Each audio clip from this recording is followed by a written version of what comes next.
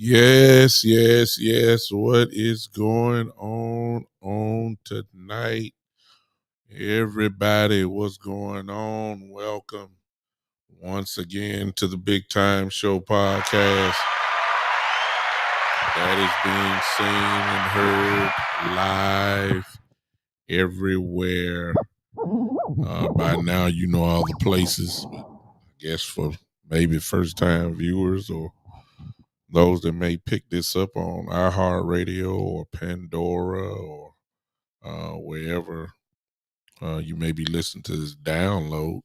Welcome to the show, everybody. I ask that you would share if you don't mind. If you don't mind, would you share and help your boy out as we get ready, of course, to talk about, you know what, you know why I'm here.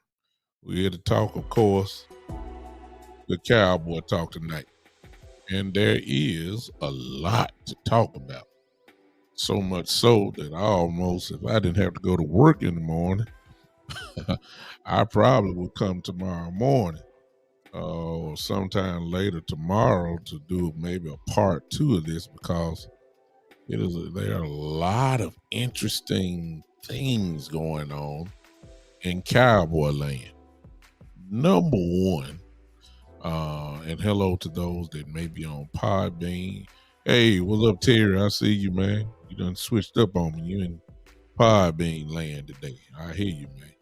I appreciate you. I appreciate you. Thank you for getting me where you can. Those that are here on watching me by YouTube channel, the Big Time Show channel, or whatever, I would appreciate that if you would just share with the content real quick.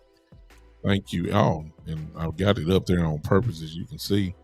I am a member of the Sports Empire Network, where that's one of the houses, if you want to call it that, what Big Time Show is located at the Sports Empire Network. So I appreciate all the brothers who allow me to do my thing here on this. This is the first show of the year.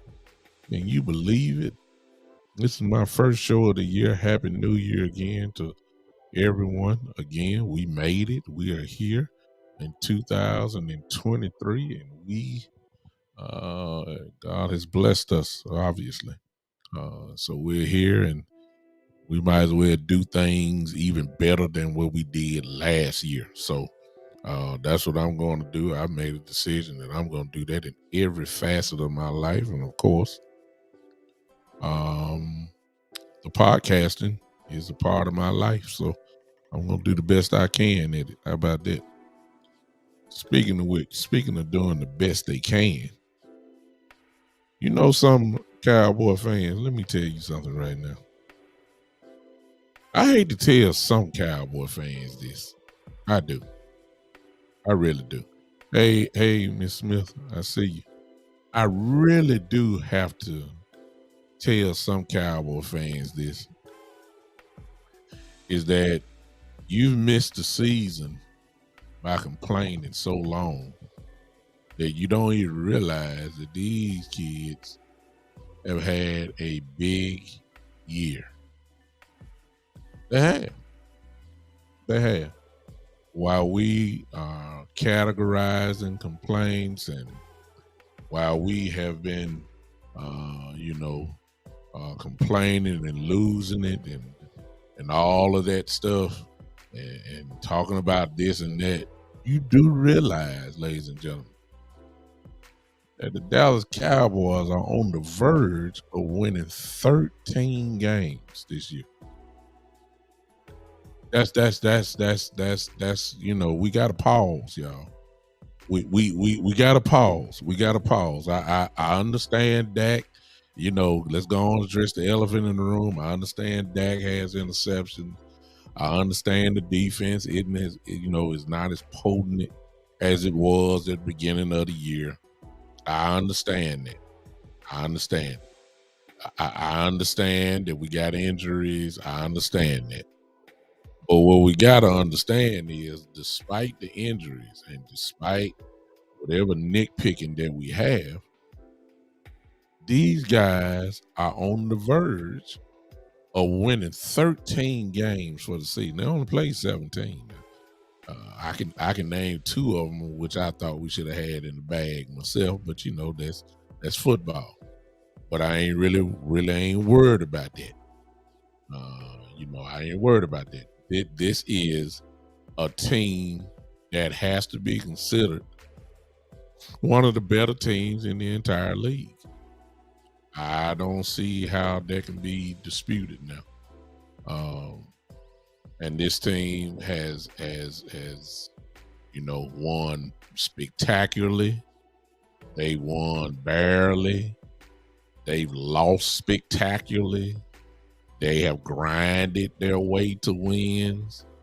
However way you wanted them to win, they did it this year. No doubt about that, y'all. No doubt about it. They have performed to a level that demands respect, and that's what I want to start off with, because Cowboy fans especially, I know what the haters gonna do. I ain't worried about them. I'm worried about the Cowboy fans who instead of celebrating a victory, the first thing they want to do is start critiquing the victory. You'll harp on Dak throwing 1 interception or 2 interceptions, but you won't say nothing about the 3 touchdowns he threw. You'll talk about the interception you'll do in the first quarter, but you won't talk about what he did for the rest of the game. Those count. If the interceptions count, them 3-4 touchdowns he threw count too, right? Come on now. I'm just saying. And so what we've done, and I feel sorry for the fans, because I understand. Like I told you, what's up, Keith? Appreciate you, brother, showing up. I understand that a lot of Cowboy fans are in this category that we got to see. I'm not giving them no credit to the playoff style. Well, you done missed a great year. You've missed a great year. 12 wins, no question, 12. But we got a chance for, what's up, Greg? I see you. Cedric Scott, how you doing, sir? Happy New Year to you. We got a chance to win 13. 13 wins in a year, ladies and gentlemen, is huge. 12 wins is huge. I'm gonna get to the other stuff, but we got to pause, because in the great words of the great coach Bill Parcells, you are what your record is. Okay, and if that is the case, our record says that we're pretty good. That's all I'm gonna tell y'all. While we have Cowboy family that love to critique, don't love to congratulate, and some of that is justified. I give you that. But let's not act like you be listening to some of these Cowboy fans. I ain't talking about the haters. You know what the haters gonna do. You know what they gonna say. I'm talking about the Cowboy fans who act like we are 4-12 instead of 3-12. Instead of 12-4. That's the way. If you listen to everybody, that's the way you listen to some of these sports analysts who are Cowboy haters. You listen to some of these commentators, you would think that we getting ready for the NFL draft, like we got a top 5 pick. That's how they are. The Bart Scotts of the world, those guys, the Stephen A. Smiths of the world, those guys. If you look, you notice how when we lose, I'm gonna show you how I'm talking about.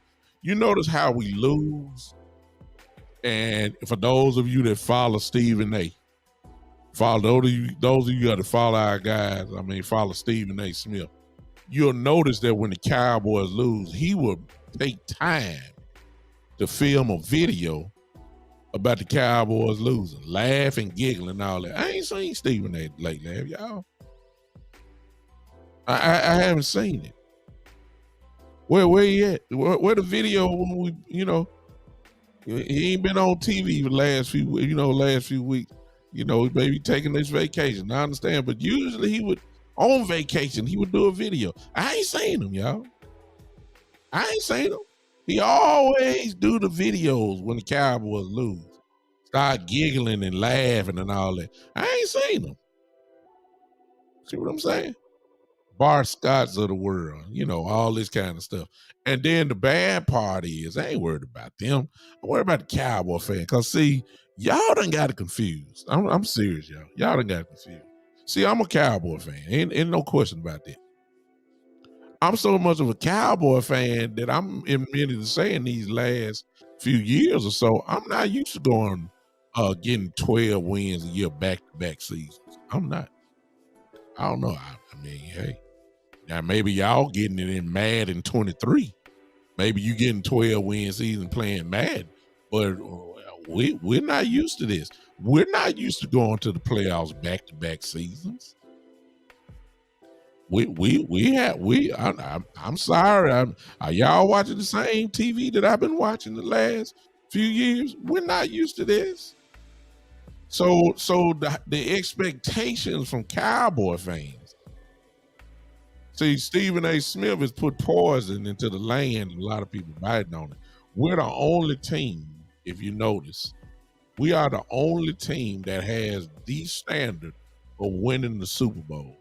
And if we don't win the Super Bowl, it's he, ha, ha, hey. I mean, it's because of that.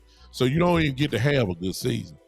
A lot of y'all saying, let's win 2 games instead of one in the playoffs. First of all, let's just get there. We there now. If we get 2 games in the playoffs, the narrative will change and say, well, they didn't win the Super Bowl. So, hey, everybody else get a little pass. What a great year. Cowboys got to have to win the Super Bowl. Okay, so be it. So be it. So be it. Don't miss the year, which some of y'all have, complaining. This team is 12-4. It really is. I don't get it. I'm sorry. We're 12-4, man. Hey, I see Miss Ty in the building and G Puna Mon 45. Appreciate you popping in on Podbean. Thank you so much. Let me tell y'all something. We're pretty good. we're pretty good, y'all. I'm sorry if some of y'all missed it. I know you bad at Dak, and I know you bad at this and that, and we're pretty good. We are. We're pretty good. Now, pretty good don't mean you're gonna win your first round. It don't mean you're gonna win your second round. It could very well mean you win the Super Bowl. Who knows? Which leads, of course, to this week's game. The only reason why this game is interesting, and that's all I'm going to tag it as. The only reason why this game has some value is simply because of what Philadelphia has done. That's it. It's nothing else. Philadelphia, as you know now, has lost 2 games in a row. And the door has widened up just a little bit more. Most of you already have heard the scenario, so I don't have to go through all that. The bottom line is that the Cowboys have a chance to do a lot of things with a win against Washington. Or they could just win against Washington and get that number 13 and be in the 5th seed. It's really that simple. Philadelphia, if they win, it's over. I mean, we locked in the 5th seed. However, if Philadelphia lose and we win, and depending on what San Francisco does, the Cowboys will jump minimum at least to a 3 seed. You see what I'm saying? That's all. That's all I'm talking about. It's either Philly wins, we beat Washington. That'll give us 13 wins for the year, which is incredible. Great year, great year, great year. Or Philly loses, we win, and things get a little interesting then. San Francisco will not lose to Arizona. Okay, I'm gonna put that in the. I mean, they playing bag ups everywhere. San Francisco, because they got a chance because of Philly, their game kind of is on the same level as us. Philly making this interesting for everybody because they lost, and because they lost, San Francisco probably had visions of not playing playing a lot of guys this week, but now the opportunity is there for them to get a number 1 seed, which means, of course, everybody got to come through San Francisco, which means, of course, San Francisco will get a bye week. Oh yeah, there's a lot to play for. The Cowboys, however, now y'all check me out here, have to be, and this is where the family of Cowboy Nation is divided. See, if we lock up fifth seed, you already know who we're playing. We're going to have to go to Tampa Bay. We're going to have to go see Mr. Brady in his house. And we haven't done well against Brady at all. Don't care what the record is. Bottom line is he don't lose to us. He beats us. That's the first option. The second option is if we win, because we would have a tiebreaker at least over Minnesota and Philly, there's a good chance that we could go. Not go. Somebody would have to come see us. And that team, it looked like, be Aaron Rodgers in Dallas.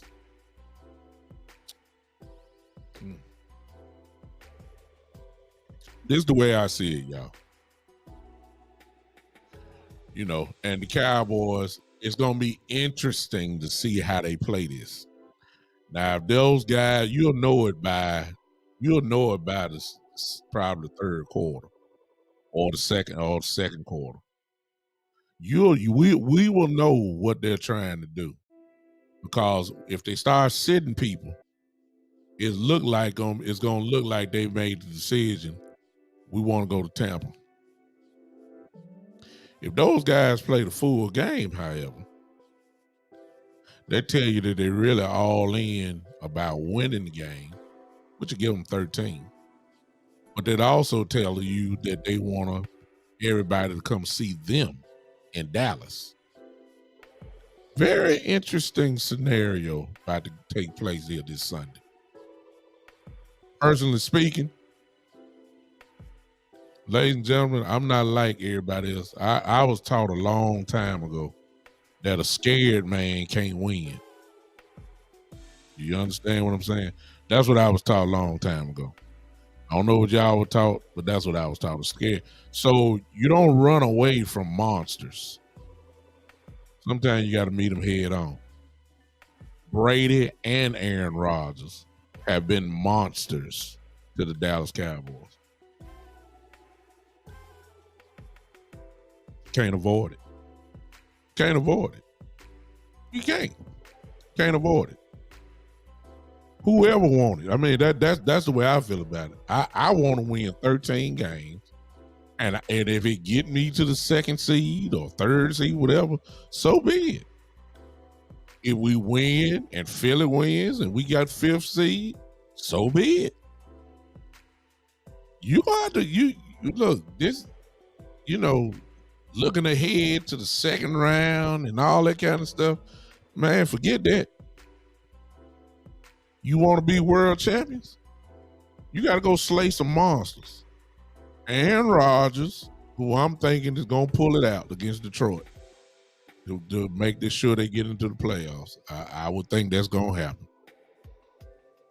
You got look. He. You know, if we get there, okay.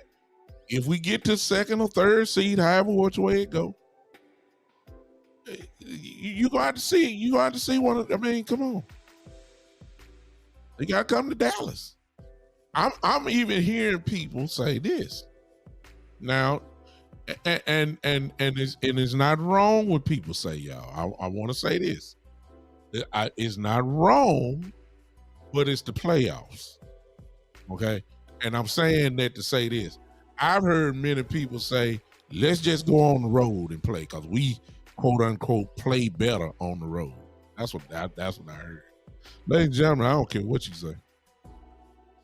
You ask these players who've been in playoff scenario, ask them where they want to play it. I know what y'all saying. Y'all want to play on the road and all that. Okay, whatever. Ask the players what they want to do. I guarantee you they will tell you. If we had the chance to play at home and get our home crowd behind us in a playoff game, we're going to take that. Yeah.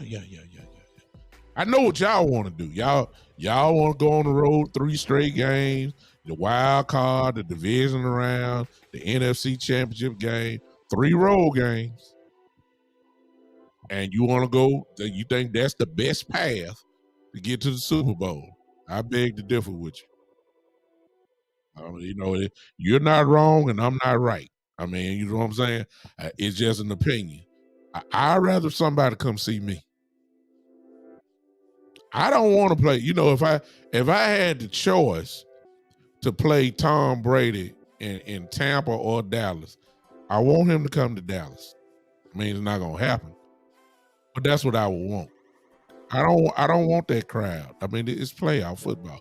Crowd make a difference. Playoff game. We done seen it for years. So based off that, I want to win. I really want to win, and which means I want Philly to lose. Then I want to be division champions. That was the first goal on the list for the Cowboys in the year. Win the division. Number 2, get a playoff game at home. Those were the goals at the beginning of the year. Hey, Terry, you're absolutely right. You're absolutely right. And the reason why that is the case is because, and you can't blame because some of y'all would do it too. I would too. For those that are fortunate enough to have season tickets, if you have Dallas Cowboys season tickets, you can make yourself a whole lot of money in a short amount of time. The Cowboys have 8 home games. You can make a whole lot of money selling your tickets online. And trust me, somebody's going to buy them. And when you start talking about that, when you look at the crowd, Terry, and you're right. When you look at the crowd, the San Francisco game last year, for instance, there were so many 49er fans in the house that it made your head spin like, wait a minute now. Where all these folk come from? I thought this was a sellout. I thought the Cowboys was a sellout place. It is. It's just the Cowboy fans put their tickets on SeatGeek and all the other places where they can do it. And they made a decision to make a few grand selling their tickets. I wish the Cowboy fans would get selfish one time. I wish they would and say, we're not selling our tickets. We're going to the game. For those that are fortunate enough to have it. I would hope that the player, if we're fortunate enough to get any type of home playoff game from any type of scenario, I would be selfish. I would want to go to that game, but we all know that's not going to happen. So Terry, you're right. I still want them to come to Dallas. I still want to come to. Now we know that Cowboy fans travel everywhere. We everywhere. So that would be cow. It would be it would be like that in Tampa. Cowboy fans all in Tampa, Florida. It'll be there too because they gonna sell their tickets too. E. Cush, I ain't see that early. E. Cush is absolutely right. Wherever the Cowboys go to California, whether that's playing the Chargers or the Rams, we all know that is more Cowboy fans there than the Charger fans or the Rams fans. We just saw that this year or last year. I'm sorry. No, we saw that this year. You see what I'm saying? So the fan base got to be selfish, but you can't tell nobody not to make no money. You see what I'm saying? If you got season tickets and you put it online and you can sell your playoff ticket for $950 and you got 3 tickets, you do the math. What you gonna do? You gonna sit there and watch the TV? You gonna watch the playoff game in the comfort of your own home, chilling out with your cash in your pocket. It's called easy money. I'm telling y'all, I'm trying to get season tickets. I already told my wife, if I can get my hands on some season tickets for the Cowboy game, oh man, I may go to 2 of them. I'm getting some. I'm selling mine. Oh yes, sir. Yeah.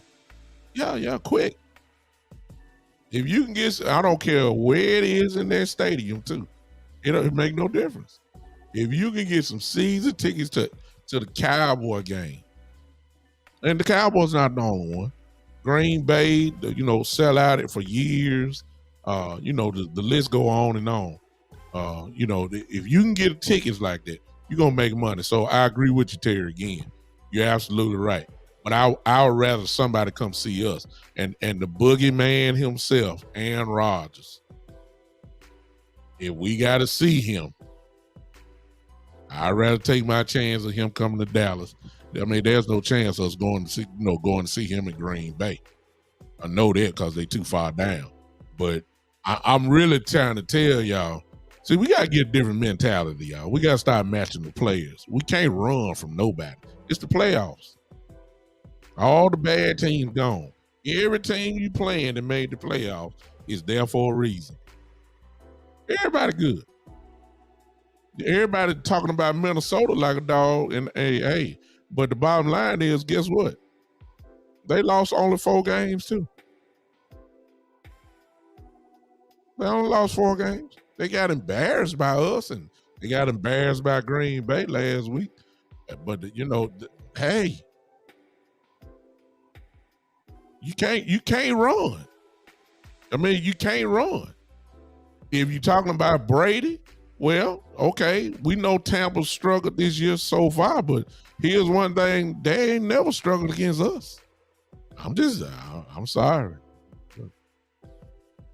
Every time they see us, it's no problem. I mean, we lost the first game. I mean, we got some different players in the lineup now, and of course, we playing better. Guys have gotten better, but Brady ain't had no problem with us. You see what I'm saying? Brady ain't had no problem with us. Brady beat us. Every time he see us, Brady beats us. Whether it's in Dallas, whether it's in Tampa Bay, Brady beats us. That's what the track record says. I don't look. And then when you factor in the fact that it's playoff time, and most of you are just as old as I am, or most of you are in your 30s or whatever, you have seen for 20 years. We all know what it means for Tom Brady to get in the playoffs. It's a different animal. We already know it. You know you can't count them out. Well, I don't know how many years we done seen it. We done seen them unless the clock strikes 0. And then you also factor in this. Brady going far in the playoffs is always a pretty story that TV cameras love. In other words, ladies and gentlemen, I've seen it for years. Brady gets calls. He gets All the calls in the world. It'd be phantom calls. I mean, I done seen it for years. Y'all done seen it. He gets it. I mean, the list is endless almost. Started with Charles Woodson blitzing them. They said won the fumble. Say they did the tuck fumble or whatever you call it was. The tuck rule. He changed the whole rule because of Brady. He started there. He done had so many calls over the years, and they want to see that man in the Super Bowl. I'm just telling you. And even now, at 45 years old, he's still a gigantic story. I'm just telling y'all. I know what Tampa look like now. But let me ask y'all this. Let me ask y'all this now. Let me ask you this. Did y'all see Tampa Bay yesterday?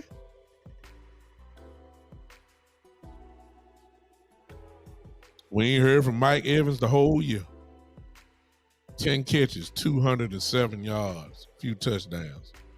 Brady, 425 yards. We ain't heard from them all year.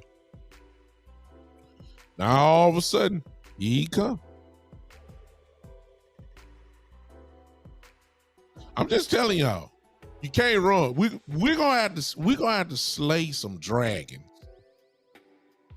And Brady is one. Yeah. If y'all remember, right? If y'all remember, because you saw it yesterday if you watched Tampa game.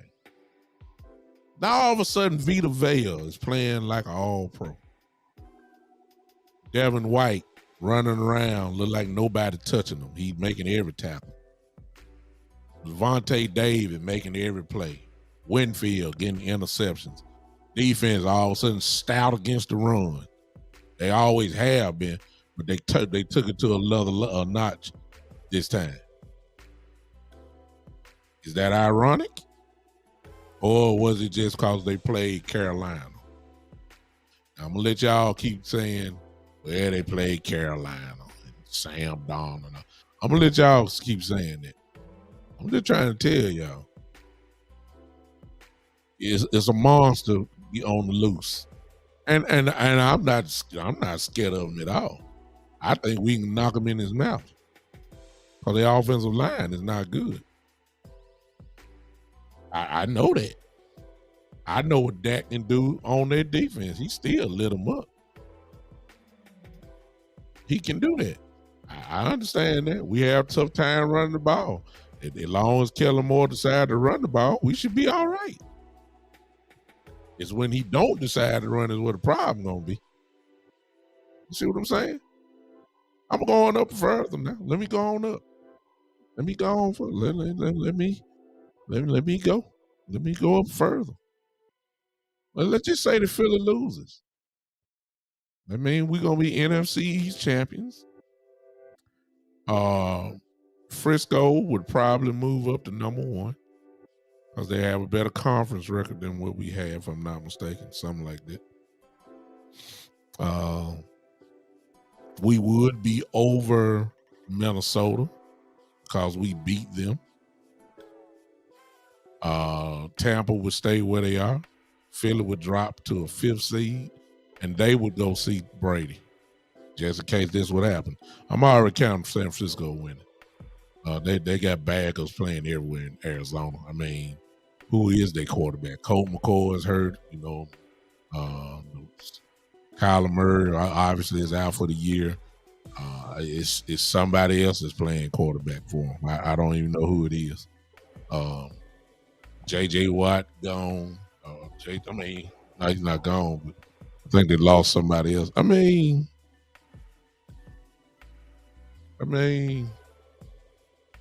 if you got to 2nd seed,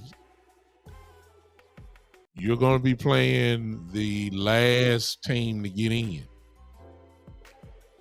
That sounds like Mr. Rogers to me. Now, that's another boogeyman for the Dallas Cowboys. Somebody that always bites us at the end. I'm just telling y'all know I'm telling the truth. This dude has terrorized us. He got us again this year. And the Green Bay Packers are a scary football team. Telling y'all that right now. They're scary because of the two running backs they have. They are. Aaron Jones, Dylan. I mean, there's not too many better tandems in the league than those two. The young rookie wide receiver obviously has stepped up big. Okay. Yeah, I know the Packers and Lions gonna be a war, but here's the thing about Detroit. I see you, Greg. Here's the thing about Detroit, man. They have lost a lot of close football games because they ain't learned how to close. And then it's just a black cat running around the Lions organization forever. So the question is, can they beat Rodgers? Can they close out? And the same question comes with the Cowboys. We was up 14 on Green Bay.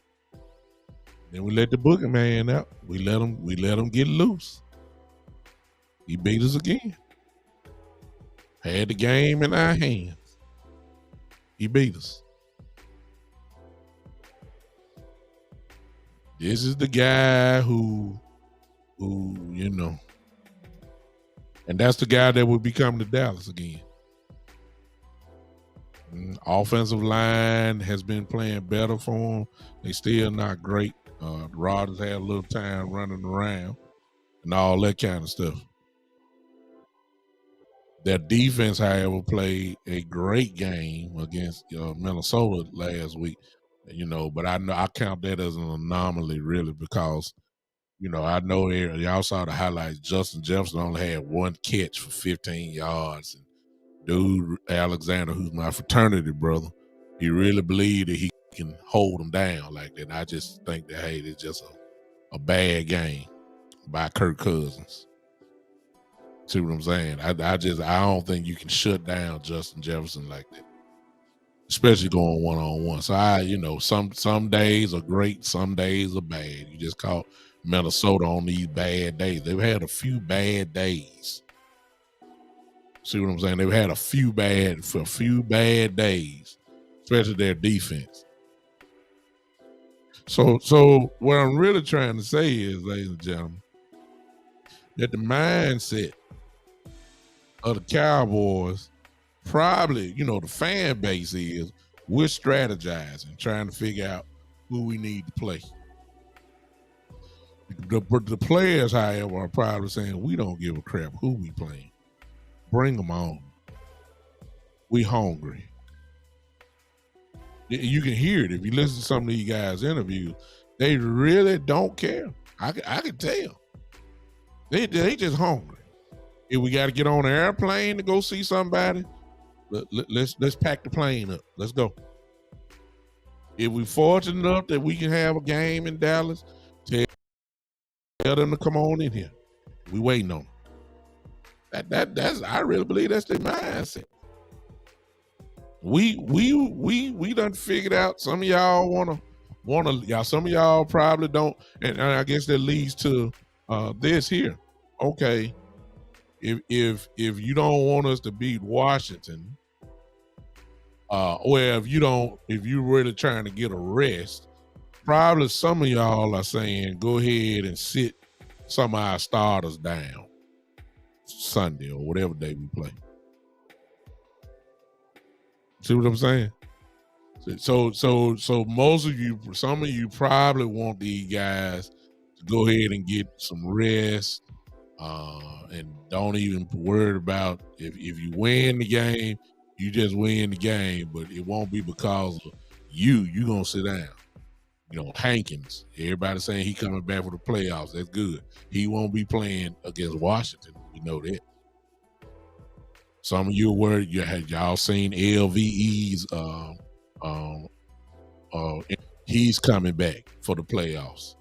Matter of fact, LV talking like he gonna play this Sunday. I don't think he gonna play. I wouldn't play him. Not LVE. I wouldn't play him. Some of you worried about our linemen. Some of you worried about Dak. Some of y'all saying let Cooper Rush start the game. Some of you saying don't let Pollard play. Since he got a little thigh issue, go on, give him another week. Give him some rest. You don't want to take a chance.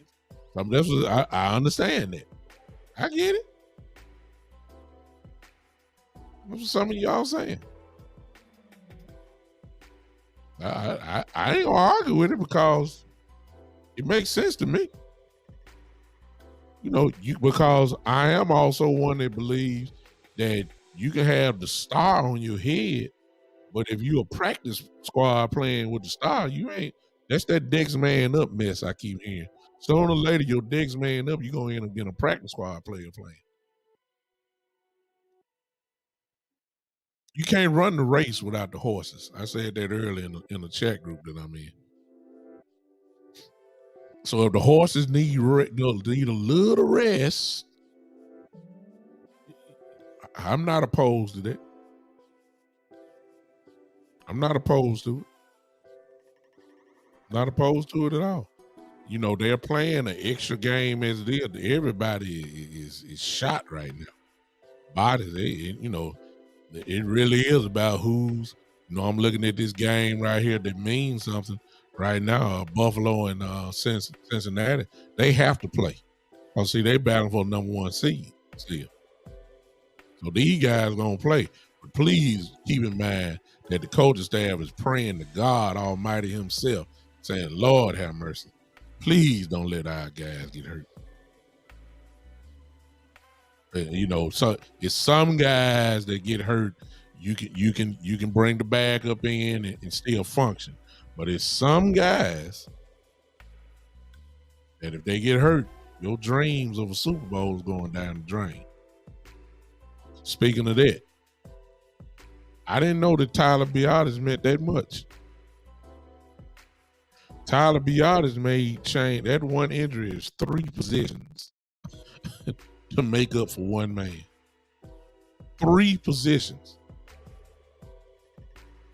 I got one question. Who is backing up Connor McGovern then? Biadasz ain't playing this week. You're gonna try to bring him back against Tampa. I'm saying we're gonna play Tampa. That's what I'm saying. And that means he gonna his first with that high ankle sprain. He gonna see Vita Vea. Okay. I want to know who the bagger for McGovern is. I don't know who it is. I believe it's Farrakhan, but I don't know if Farrakhan is playing. I ain't heard from him in a long time. I don't know if he's ready to play or if he's hurt or I don't know. I really want to know who the backup son is. Everybody talking about Jason Peters. Please keep in mind. See, one mistake we want to get strategized a little bit. I believe that the Cowboys need to move Peters to guard and let Tyler Smith still play left tackle. For one reason and one reason only. He's 40 years old. I'm not saying he can't block them over. These young dogs that's going to be coming off that edge. I'm not sure that the 40-year-old man can keep up with it. If you move him inside the left guard, though, you don't have to really stretch out like that. He can just go hit somebody that's close, which will make him effective. You move Tyler Smith out there, Tyler can cover these young guards. These young edge rushers that's coming.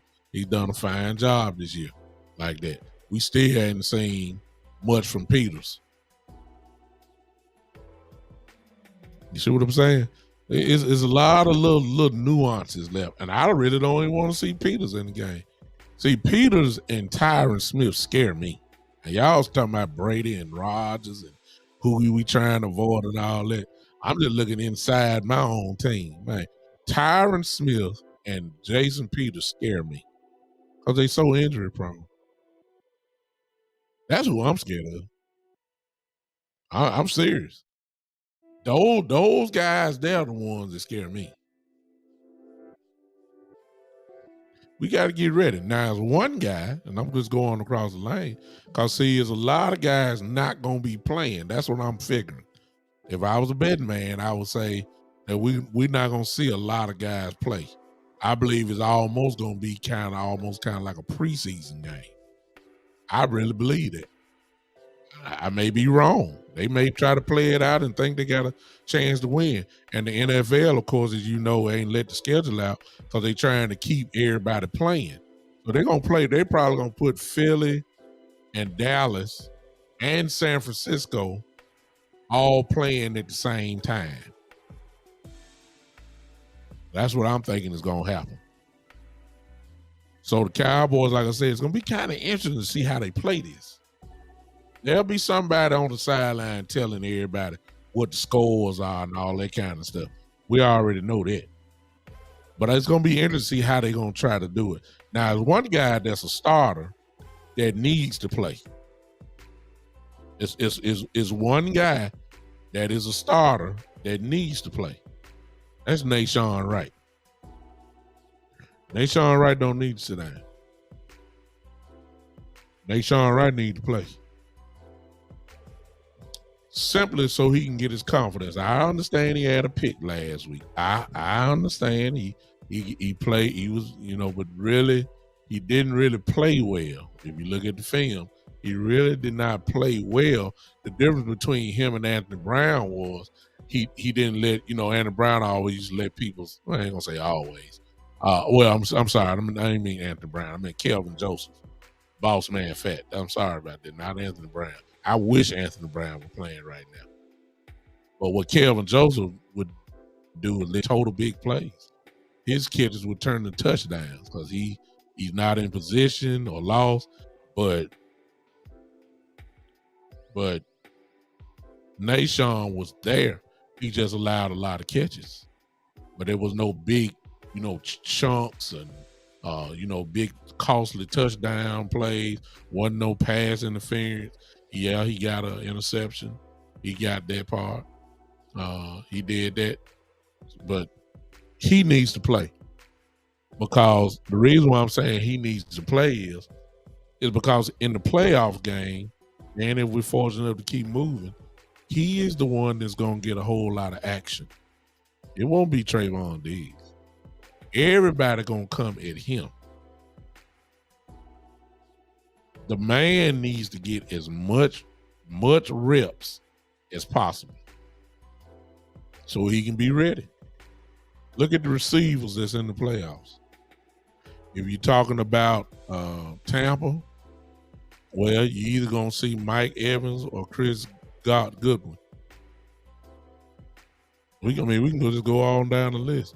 If you have to fortunate enough to see Philly, you already know who the receivers are there, Smith and A.J. Brown. You got to see one of them. Frisco, Brandon Ayuk, and we all know that Debo is coming back. I mean, you can't avoid it. Minnesota, loaded. Justin Jefferson, Adam Thielen. I mean, he needs to, Nashawn needs to work. Nashawn needs to work. So I don't want him sitting down at all. I want him in all 4 quarters. Yeah. I even take a step further. I need boss man fat out there. I need him to play. If that means Trayvon got to sit out against Washington, so be it. I want Bossman, and the reason why I'm saying that is because what happens if Nashawn gets hurt? You going back to boss man?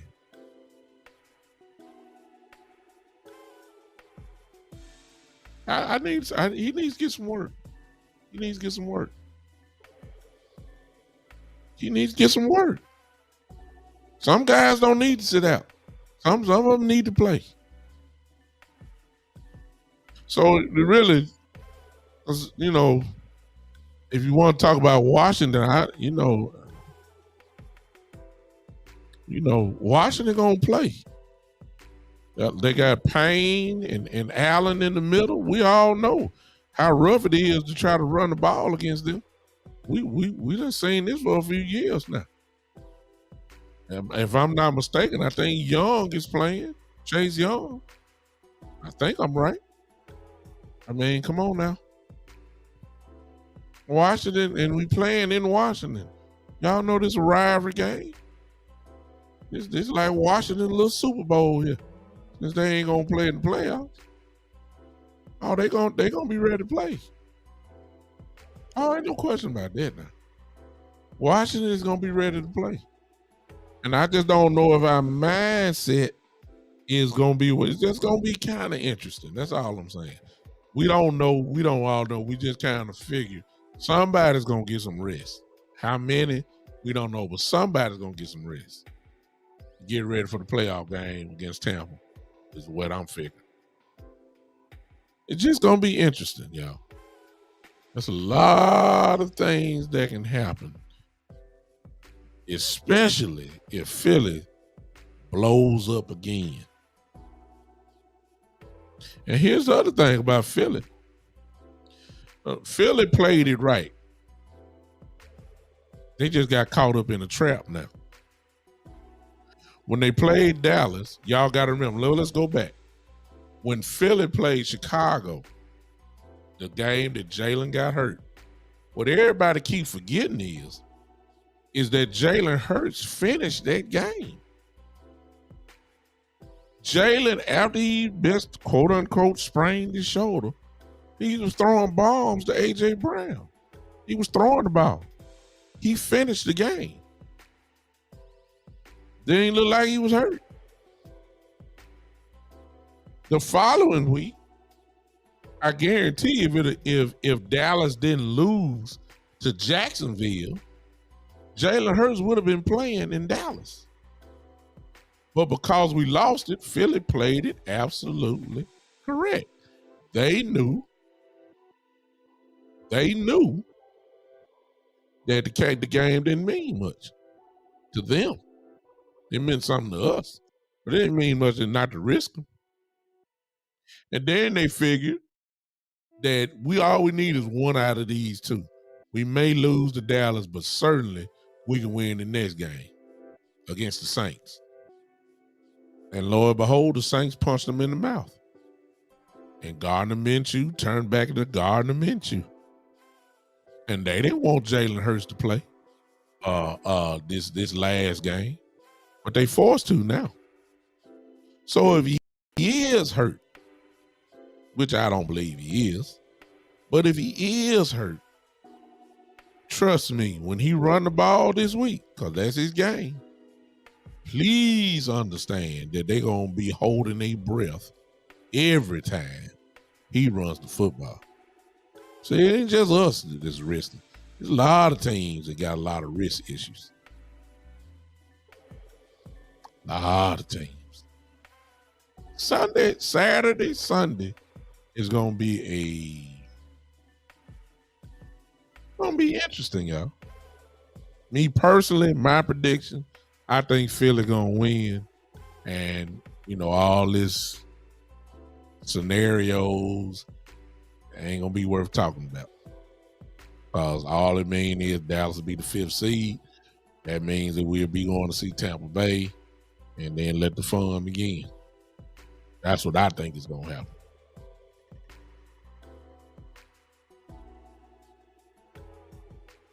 But I thought that Philly was going to beat New Orleans.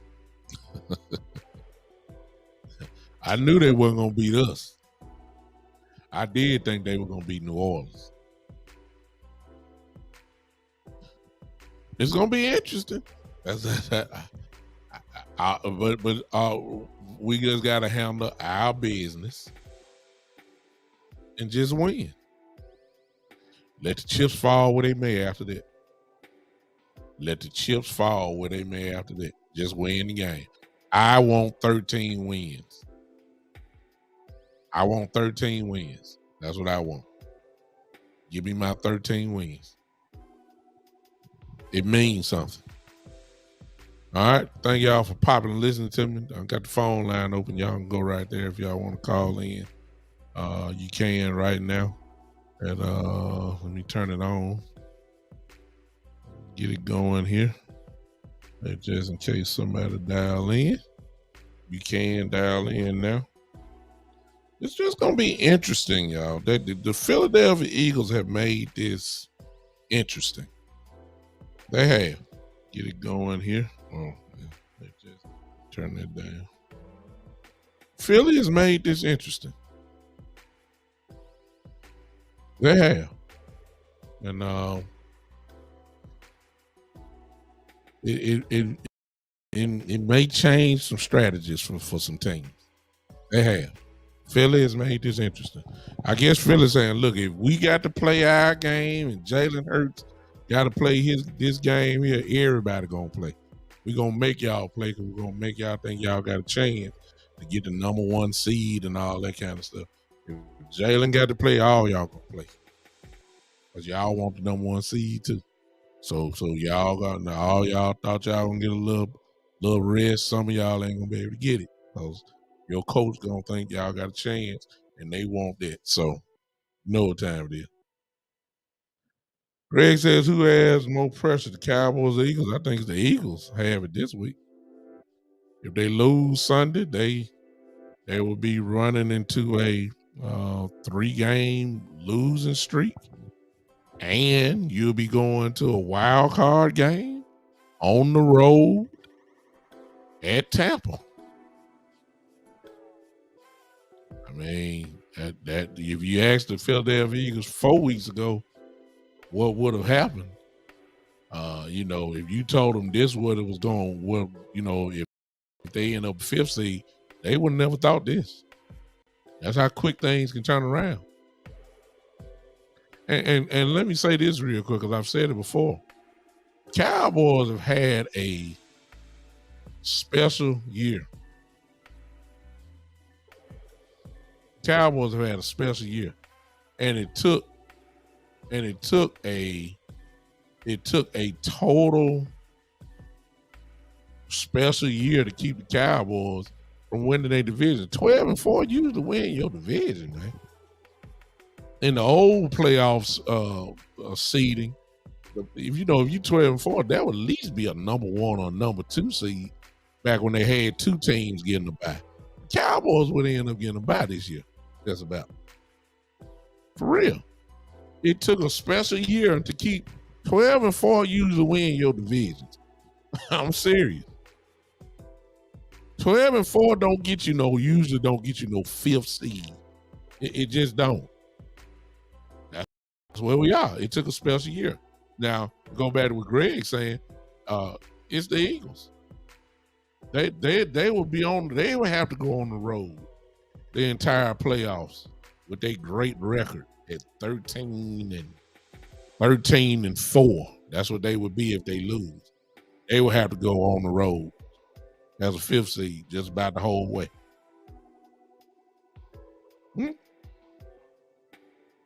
The pressure's on them. If we lose, we stay right where we are, 5th seed. Jerry's saying, well, I'm sorry, let me get Shane first. Shane said, I think Jalen Hurts is more in that they're letting on. Philly would lose Sunday and it would be by a field goal. Well, I'm not going to argue with that because, they've been losing. But they're forcing him to play. He has to play because they want that number 1 seed. So he has to play. They're not going to put this in the hands of Minshew this week. No way. So he's going to play. Terry said we're going to drag Tampa Sorry behind. Bring me Brady. I want to be the ones to retire Brady.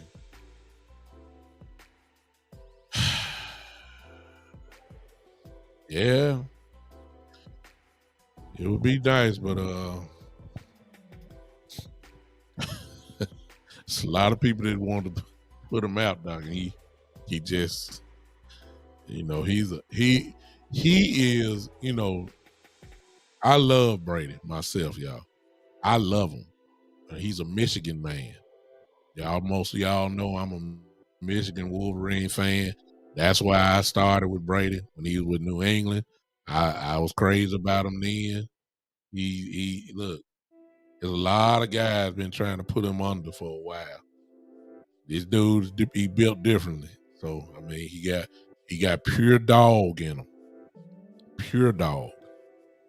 He has a linebacker mentality. He had it in Michigan. He's just different. But I want to knock his head off too. But I'm just telling you, he just different. Y'all know that. I ain't gotta explain nothing about Brady, y'all. Y'all know how he is. Okay. Hey, Miss Yvette. Miss Yvette says, what do you think is wrong with Michael's hand and his LV going to be back? They haven't said anything about Michael's hand, but what we do know, he had a cast around it to protect it.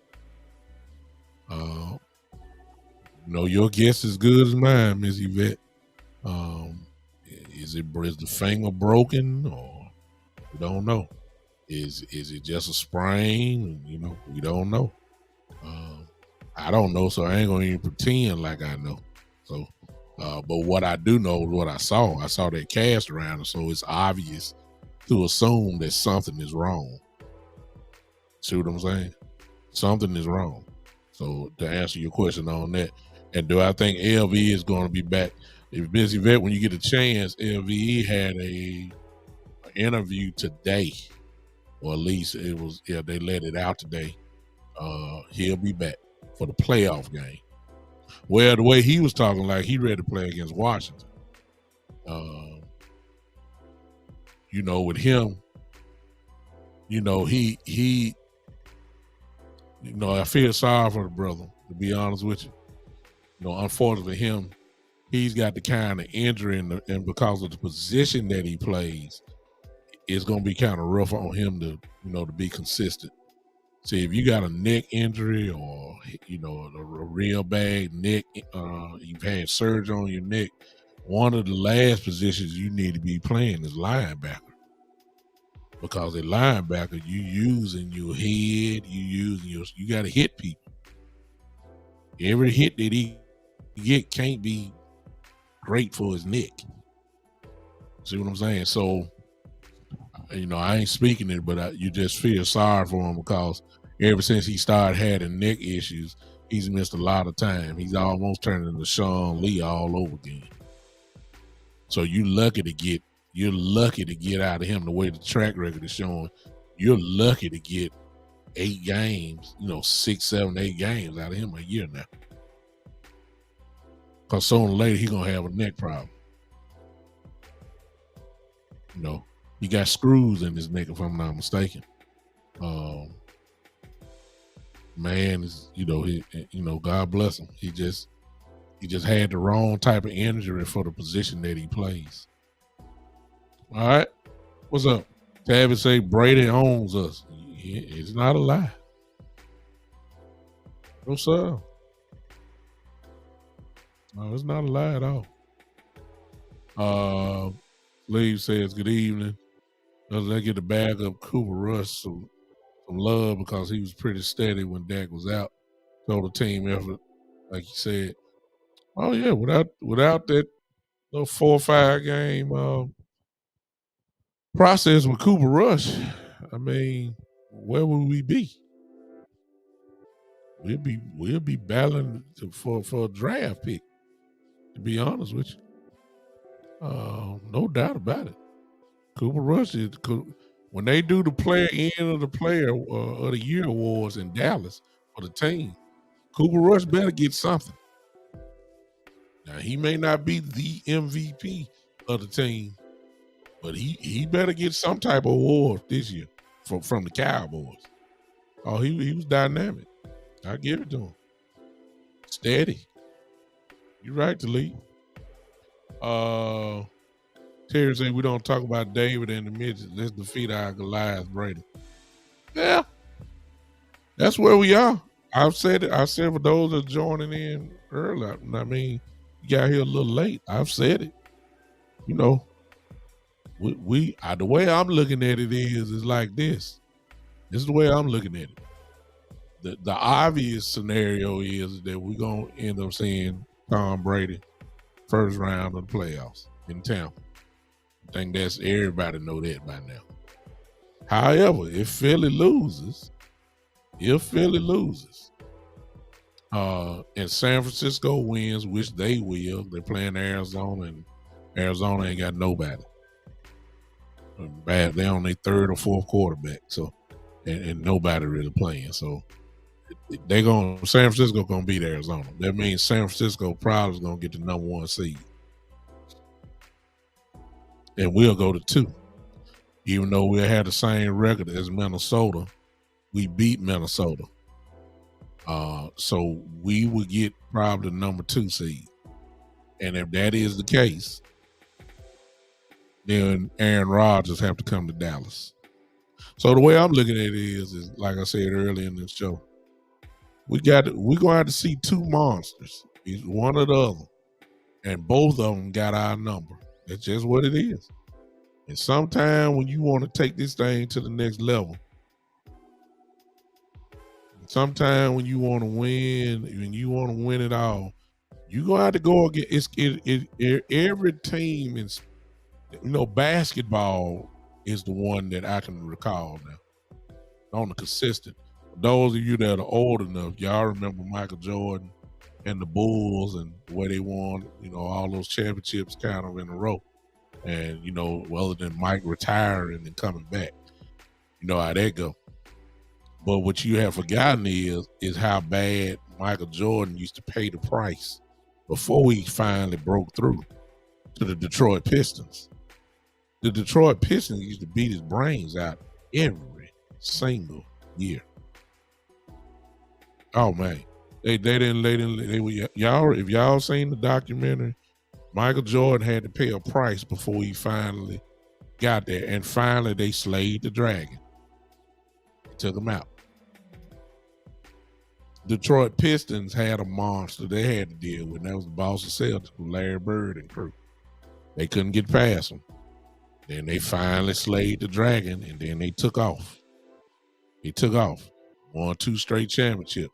When the Bulls finally beat the Pistons, the rest is history. 6 championships in 8 years. But they had to go through the monster before they finally got it. The Dallas Cowboys used to be a monster for Brett Favre, actually, in the 90s. The Packers couldn't beat us. Brett Favre couldn't beat the Cowboys. Then the Cowboys finally got a little bit older, and Brett Favre broke through. Yeah, he didn't beat us, but because the Cowboys lost in the playoffs, I believe that's that year when we lost to Carolina in 96, Brett Favre took over. Won the championship. See what I'm saying? Sometime, and it leads to this, sometimes you got to go look at the monster that been torturing you for years. Brady and Rodgers have torched us for years. Brady and Aaron Rodgers are 2 quarterbacks that took the city's, the Cowboy fans' heart and just squeezed it in their hand. More so Aaron Rodgers than Tom Brady. We ain't seen Brady in the playoffs. We saw him 2 years in a row, regular season games, first game of the year. He still beats us. He broke out, first lap. But this year, I think what was against 16-6. Really wasn't close. The first game 2 years ago, we all know how that game went back and forth. He got us at the end. But when he was with the Patriots, it really wasn't, we didn't beat him, but I'm just saying we rarely saw the Patriots. But he's never lost to the Cowboys. But every year. Aaron Rodgers is a total different beast. He has broken our heart. He did it again this year. You got to go see. You got to see one of them too. And hey, it is what it is. That's somebody calling here. See what this is. Call from Khalid. All right, I got somebody in the house. Talk to me. Who is this? Hey, Douglas, this is Khalid in New York. Hey, Talib from New York, man. What's going on, brother? Welcome to the show. Much, brother. Well, I appreciate it. Love the show as always. Keep up the good work. I just want to say this very quickly. I do believe, I think it's a mental thing when it comes into the playoffs now, right? Yeah. We got all the talent in the world. I think we're going to beat the 50 because I think Philly's going to beat New York. So I think we're going to stay in that fifth slot. If we can go down there and beat that boogeyman, Tom Brady, I think that's going to be a shot of confidence to this team. Mm-hmm. And I think that we can carry this to the Super Bowl. I'm really not worried about Philly because if Tom Brady is the boogeyman to the Cowboys, then Dak Prescott is the boogeyman when it comes to the NFC East. It's the in truth. terms of how he's been able to win in that conference. Truth. Only team I'm really worried about is them 49ers. Yeah. I think we can take Philly, whether it's in Texas or whether it's up there in Philadelphia. But I do believe if we can go down there and just get that victory against Tom Brady, get that monkey off our back, it's going to give our team a shot. Yeah, I agree 100%.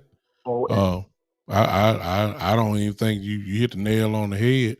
And if we were to see San Francisco, to be honest with you, it's really about how physical you are. Somebody's calling in, whoever that is calling. You can call back in a second. I got this call in right here. But I totally agree with you, man.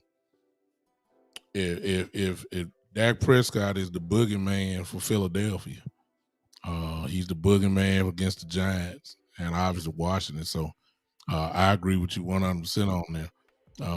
But you know, and it's not all on Dak. Whenever we play these guys, there's always something wrong. You know, it's a team issue. It really is a team issue. We just got to go ahead and just go on slay it. It ain't nothing. It really ain't nothing to talk about. It really ain't nothing to talk about, Talib. Talib, let me answer this one because I got another call coming in. I appreciate you, bro.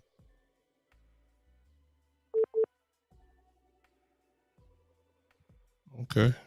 Call from Coach Maul. All right. Ladies and gentlemen, my brothers here, the one and only. What's going on? Coach Mob in the house. What's going on, big time? So, what's going on, Coach? I want to lead off, man. We need to lead the solicit our prayers in the Cincinnati Buffalo game. I'm looking at it now. I didn't want to say nothing. Yeah, they had a massive injury where the ambulance had to come on and apply oxygen to Lamar Hamilton as he got into the ambulance. So, and they stopped the game because and letting the players have as much time as they can to recover or get their mind right. So this doesn't look real good at all. No. When you have that, and I want to send out prayers and everyone to send out prayers for this young man because these guys get paid a lot of money, and as in any football game, it's in the back of your mind. We all have played football, and the main thing is to be able to leave the field with nothing, and be able to walk off the field, and to be able to survive the battle of practice as well as anytime we strap on the helmet and we go out there and play. So just want to give our prayers to this young man and all his family and everyone connected to him and everyone in the football arena from high school, from Part 1 all the way through to the NFL, because we all are brothers. So we all play a sport that is, we know is violent, and at any time something like this can happen. Yeah. But you know, you're right. You're right, Big Show, about the Cowboys. It's no dodging nobody right now. No. And in some aspects, I want to be able to go through the path of least resistance. Mm-hmm. Because of the fact, if anybody, if one key to this whole Cowboy run, and it's the first playoff game. Mm-hmm. It's almost like, I was talking to a Boss Cowboy on this show, and I was explaining the same thing to him. It's just like when you're trying to make a drive in the 2-minute warning, or you're trying to make that game-winning drive. The first down is the key. Mm-hmm. That gets everything rolling. Whatever you can do, get that first down, and everything starts to roll. Mm-hmm. And then with this young team getting over that hump, regardless if it's Green Bay, Tampa Bay, or whoever it is, that first game is going to probably be the game that we're going to have to get through. And then we get the feeling of a playoff victory under our belt with this team. Yeah. And then my worries get less and less as we go on. And Now, Coach, let me add to you, because Talib just said it. Some victories are some victories. Then you got some victories that mean a little bit more. And if this team see Tampa and beat the GOAT in his house, that would shoot so much confidence on top of what they already have. Some wins mean a little bit more, and I think that you're right. With a young team and saying, "Hey, we took out the GOAT." You see what I'm saying? We took him out. It did for the Rams last year. That's exactly. Did for the Rams. Exactly. It did the exact same thing for the Rams. The Rams came out and they got over on Tampa Bay, and then Tampa Bay started to come back, but they held them off and made plays, and that was their thing of saying, okay, we are ready to keep on moving. And this team needs that. And I know we may have injuries. I know when we talk about and whatever, but he can't play this game scared, and he can't play this game without having rhythm. Yeah. And I want to say this: there's two teams in this. Well, if you look at the 3 top teams, as well as 4 top teams, if you didn't want to include Minnesota in there, right? Mm-hmm. We all got different things, but this is where it's good for the Cowboys. One, San Francisco.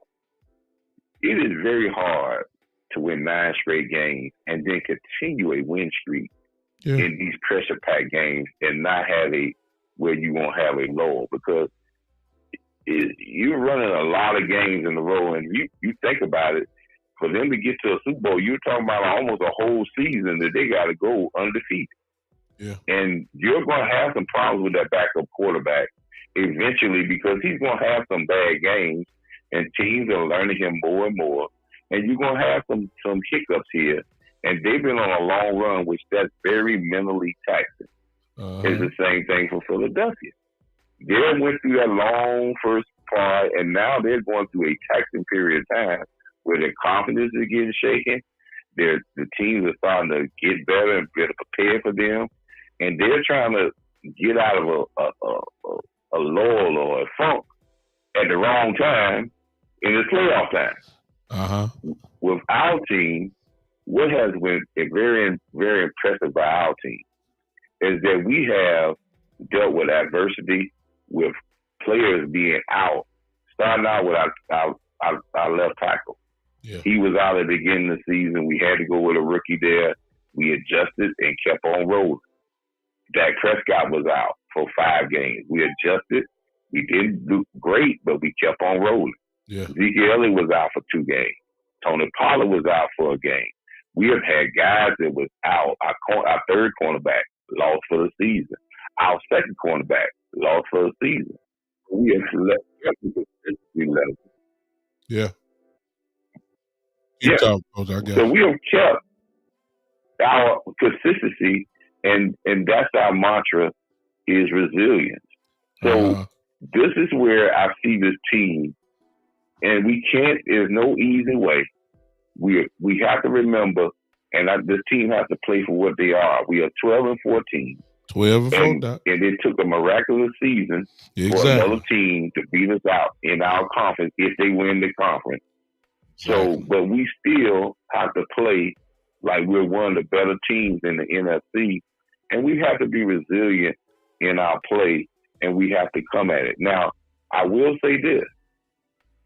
The NFL thought that they were doing some with us, the scheduling thing at the end of the season, giving us a Thursday night game, which gave us the second stretch of 3 games in 12 days or 13 days. But in actual fact, they may have done us a favor because they gave us a mini break at the end of the season. So with those 3 or 4 days that we got before we went to Washington and playing a Washington team that's exhausted, that may not have as much fire, and that's going to serve us well with those 3 or 4 days because everybody else don't have those 3 or 4 days. Only team that's going to get that break is one team. But all the rest of the teams going to have to continue to play hard every week, and we got a 3 or 4 day. This is where we have to just grind in and lock in and lock all the other stuff out. And I want to say this last thing, and I've been seeing this a lot. And this is for all the people, and I've been reading the tea leaves of this. One, the fan, 105 the fan, they had a show talking about we run the ball too much. Oh, wow. And we run the ball too much on first down, and we run the ball too much, and we need to pass more on first down. And but listen, this is where I say that Kellen Moore is getting his juice. He's getting his juice from the pundits out there that wants this to be a passing league, but do not look at the true stats of saying the most physical team win. They feel that, oh man, you got to throw it around and you got to put it in the air. And they want all this to be on Dak Prescott because they got this underlying thing about Dak Prescott and his money. Oh, yeah. But if the Cowboys are smart, they'll understand that it is a team thing, and what serves this team better is to have a physical presence and work off that physical presence, and they can be a dominant team, and they have to understand that we just got to get bowled up and get over that first hump, and I think everything will be downhill from there. Yeah. But that first game is where we got to get over, and I don't care who it is. I don't care. We got to get over that first hump. I agree 100%. We preaching the same language. Before I let you go, Coach. That's right. So before I let you man, go, let's please put our prayers out for that young man, big time. Yeah, I will. Please put our prayers out for that. Before you leave, Coach, Greg is trying to make you a co-host of the show. I might as well just get you on here because you got people asking you questions. They say, as Coach, what are his playoff keys for Cowboys playoff success? I'll give you one. And this is going to be the main focus on the Cowboys. And I'm going to go to the defense first. We have to eliminate plays over 20 yards. Yeah.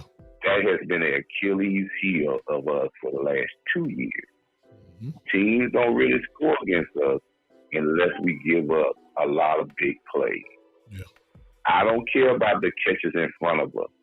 I don't care about the third down conversions if they come here and there with 3rd and 3 or 3rd and 2.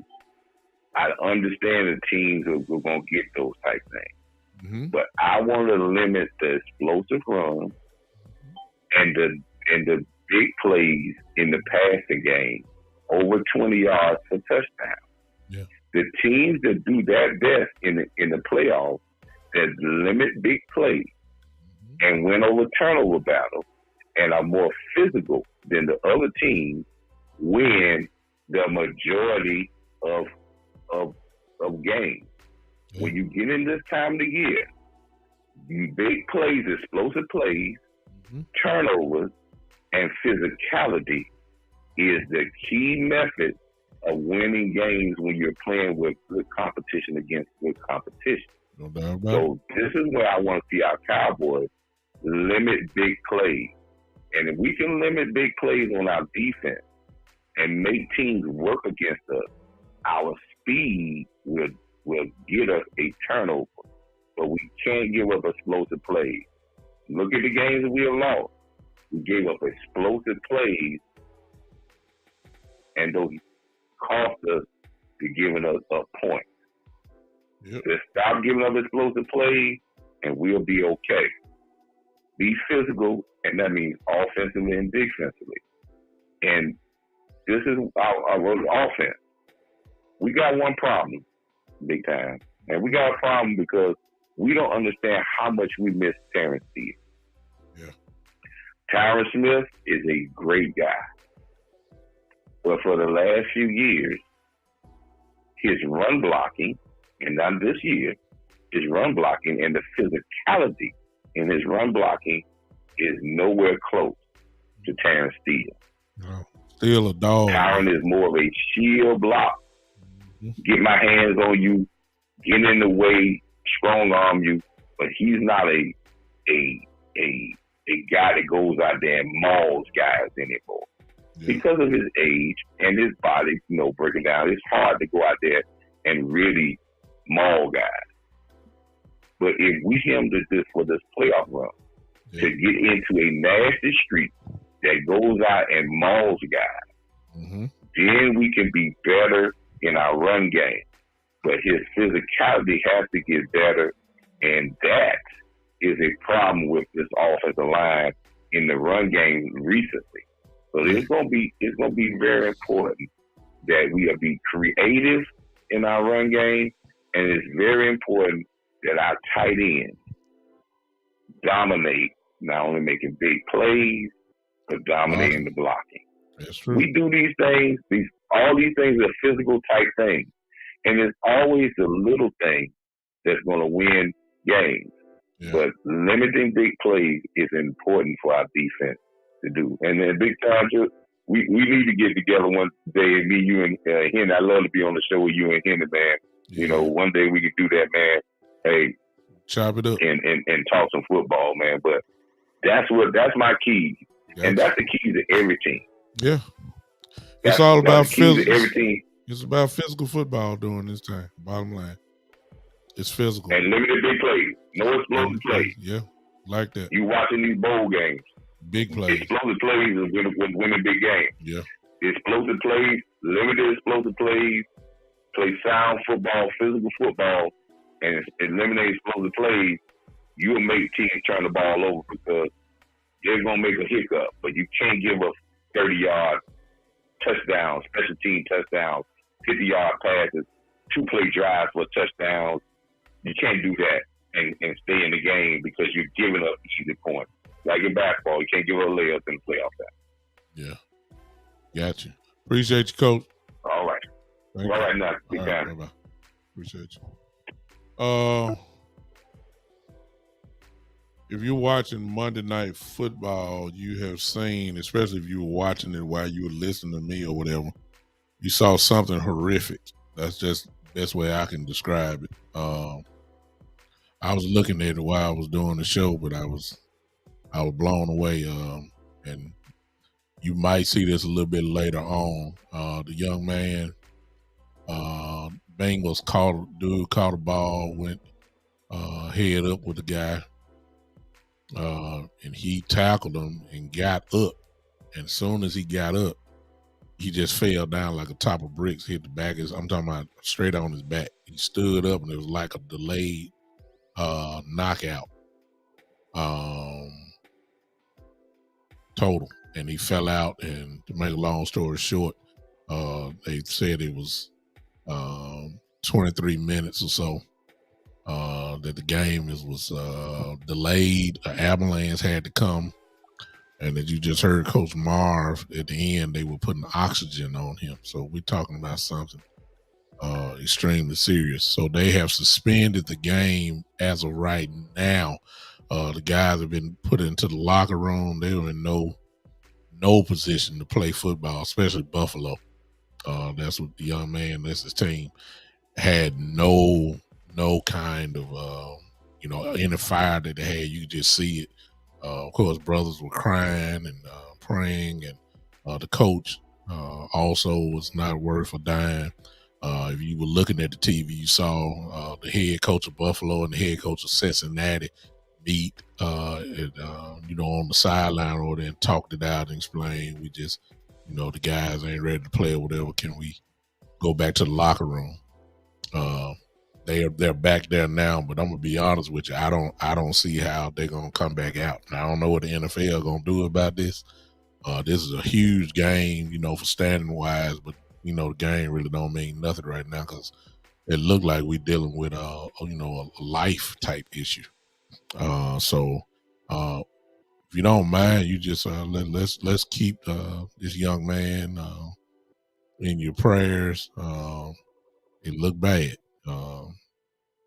and that's the last thing the NFL need. Something like this happening. You can imagine what's gonna happen because they're already kind of talking about it now, and I got the volume all down. But if you're not looking, you probably need to go to ESPN and seeing what these people are saying. This is a violent sport. It's no other way around. It is a violent sport where men get to run into other men at full speed and literally assault another man. Literally, I'm talking about this is legal assault. And when you get grown men weighing 220 pounds, 180 pounds, and 250 running at you and run at you full speed, something got to give. And it's unfortunate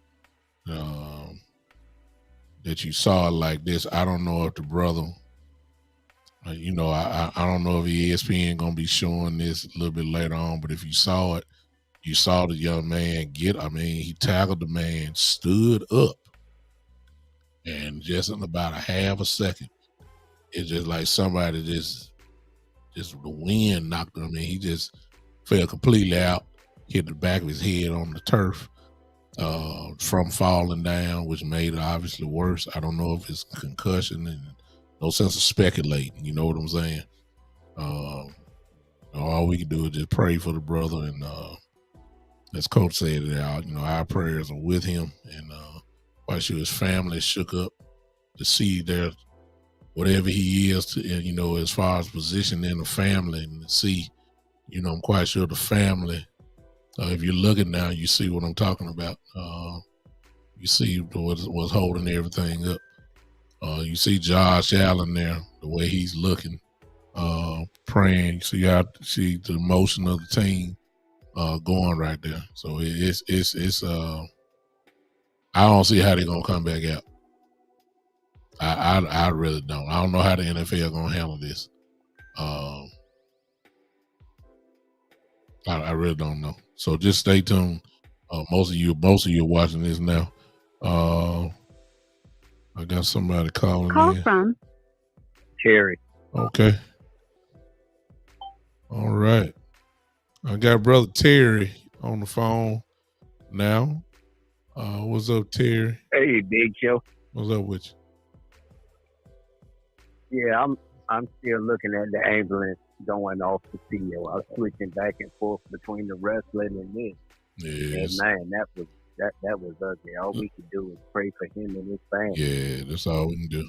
Grown men walking off the field crying. Yeah, so it's and it take precedent over everything, to be honest with you. Once I saw it, I was about ready to get off the line right then. But it just goes to show you, how fragile life is. 1 minute you could be up, and then the next minute you could be down. And that's why you have to, I don't mean to start preaching, but I am a preacher. But you need to just make sure you got everything in order. Grudges that you have against somebody, or unnecessary, or having problems or issues with your family. You just need to get that straight, because you just never know how life will turn. And this is the kind of thing that the NFL does not want to see, especially with the world watching on Monday night. On Monday, exactly. So all this safety that they keep talking about, which they've done a pretty good job over, but then you get reminded just when you think you done made a couple strides, you get knocked back about 3 or 4 of them, and you right back at square one. And I think that's what what you're seeing right now. That we don't see this type of response, like that. That was an ugly, very ugly picture and an ugly sight.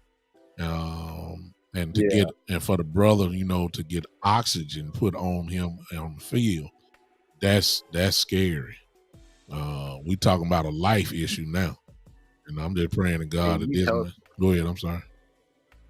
So I was saying, you bringing the ambulance out there on that field that they just redid, got it ready for the playoffs, and you bring an ambulance out here. Well, let's just stick with that, Terry. You bring up a great point, because usually it's just a cart that comes out. A cart to wheel them off, and the brother or whoever it is will raise their hand and do a thumbs up sometime or something like that. It's very rare. I don't remember one. Unless you number 29 for the Seahawks. Yeah. You got to go way back. You know what I'm saying? For all that type of stuff. Remember now, he's got a bird at the sideline. Yeah. So you talking about that, but that was a cart though. That wasn't an ambulance. You talking about Earl Thomas? Yeah, that was a cart. That was a cart. Yeah. I'm talking about an ambulance. I think the thing that I remember as a boy, I remember Darryl Stingley making that hit there, and he was paralyzed from instantly on the football field. I remember that as a boy. Patriots and the Raiders. There you go. So we old enough to kind of remember that. That's in the I believe in the early '80s, if I'm not mistaken. Where I've seen the ambulance come out, but I just don't remember the ambulance coming out for that. So whenever you see the ambulance come out like that, is something a little bit different.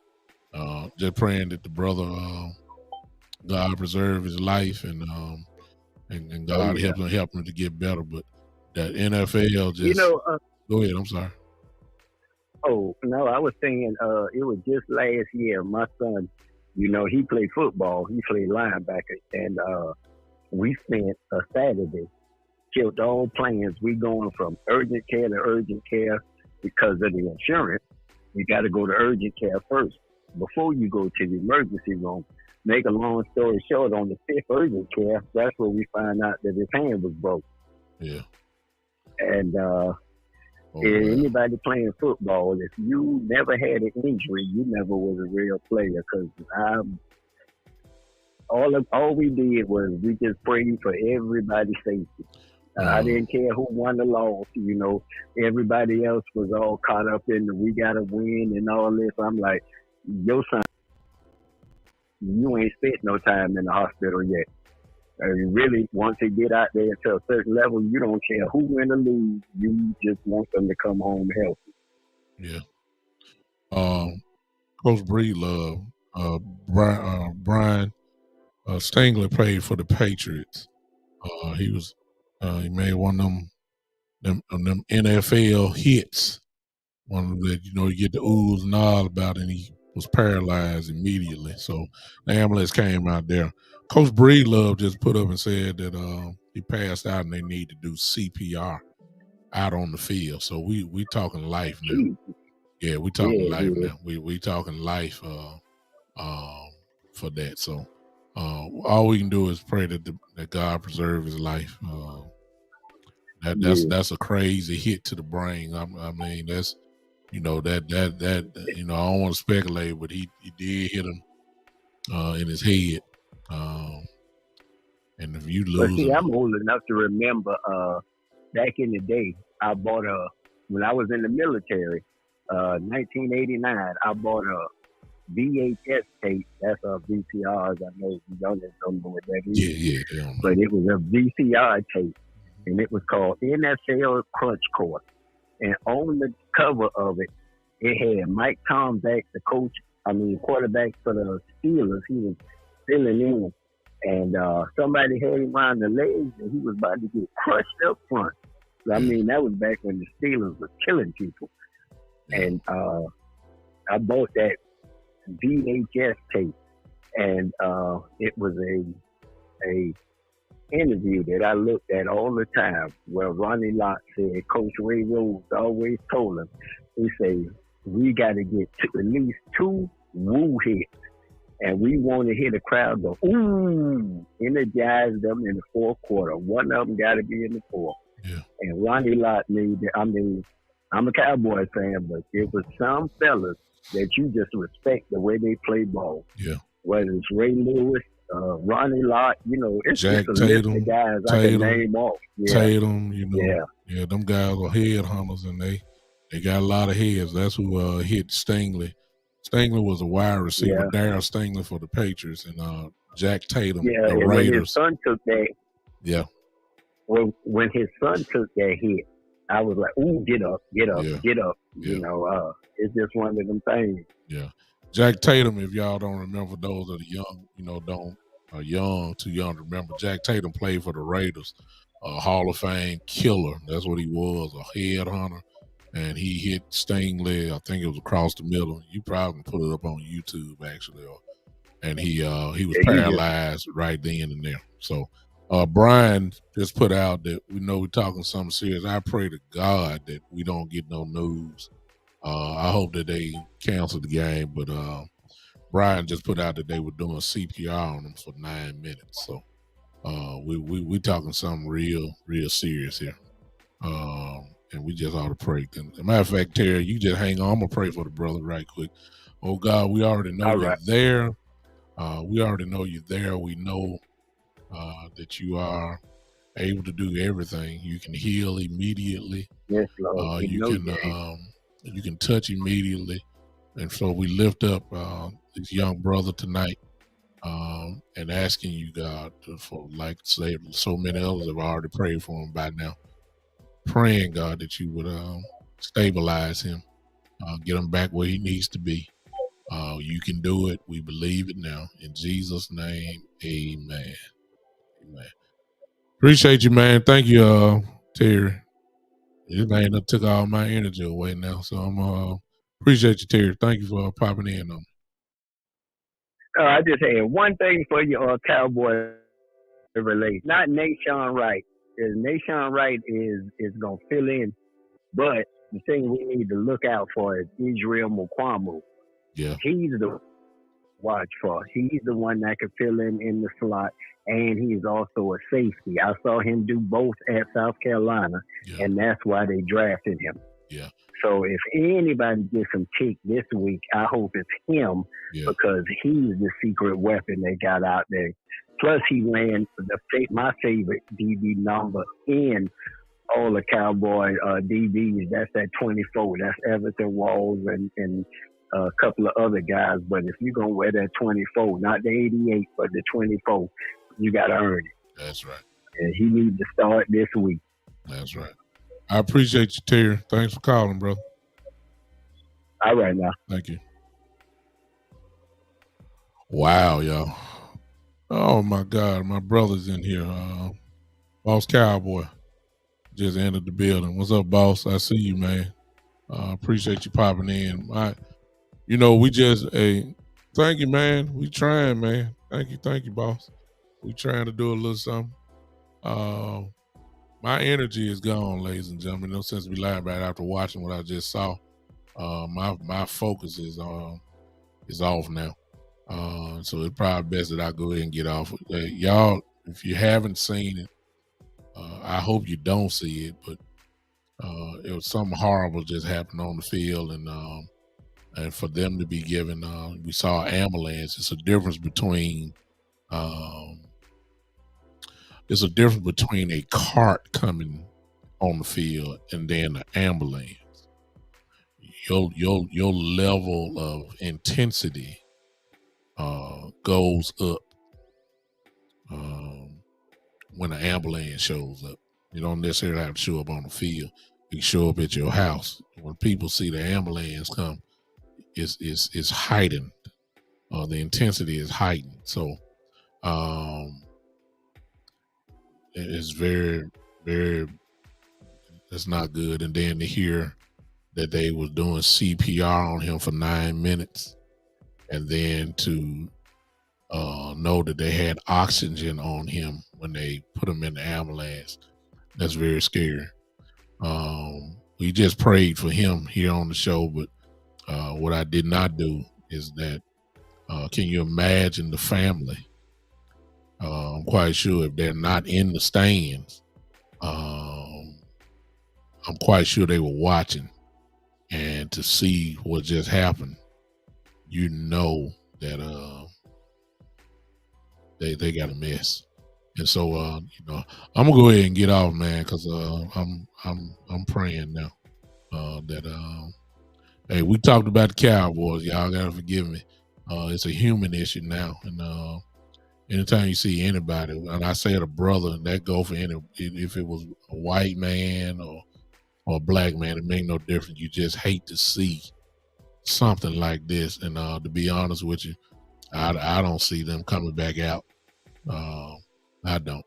I don't know what the NFL is going to do because, standings wise, this was a huge game. These two teams here are battling out for number one seed for the AFC, but these guys ain't in no condition to play no football right now, especially Buffalo. So I just don't see them coming back out. Listen, y'all try me again later this week. I'll be back Saturday at 3. I will come on early, but I got to go back to work. Most of us going back to work. Christmas vacation is over. So I got to go in tomorrow. I might try to come back, try to make up a little bit for what we didn't say all tonight. Boss, I appreciate you, man, for popping in. You got an open door. Anytime you want to come on, you need to come on the show anyway, so we can kind of figure out what we need to do this week. But until then, ladies and gentlemen, I appreciate you. Hey, pray for those that are believers. This is when we got to step up. There are times when the church per se. This is the time for the church, not the building, but the church. This is the time. Scripture tells us that the prayers of the righteous availeth much. It means something when you pray. It means something. And if we all get together and pray for the same thing, that's powerful. That's called power. And so if you haven't already, come on and pray for this brother. Let me look in the comments right quick. I don't want to mispronounce his name at all. Y'all don't have to type it in. I'm going to find it. Damar Hamlin. There it is. Coach Breedlove had put it in already. If you don't know, pray for the name. You have to lift up his name. Let's get specific in our prayer. Let's lift up Damar Hamlin in your prayers. Don't wait till you go to bed. Do it now. I'm about to get off now. But pray for him. The last thing we need to hear. I'm not even going to say that, but y'all know what I'm saying. That's the last thing we need to hear tonight. All right. Appreciate y'all. I don't even want to tell y'all to put y'all hands together, but I'm gonna close it out. But this kind of take precedent. All right. I'll see you guys later in the week. Okay. Thank y'all for tuning in with me. Appreciate y'all so much. You didn't have to do it, but you did. I'm out. This has been, the one and only, the Big Time Show. We'll check you out. See y'all later.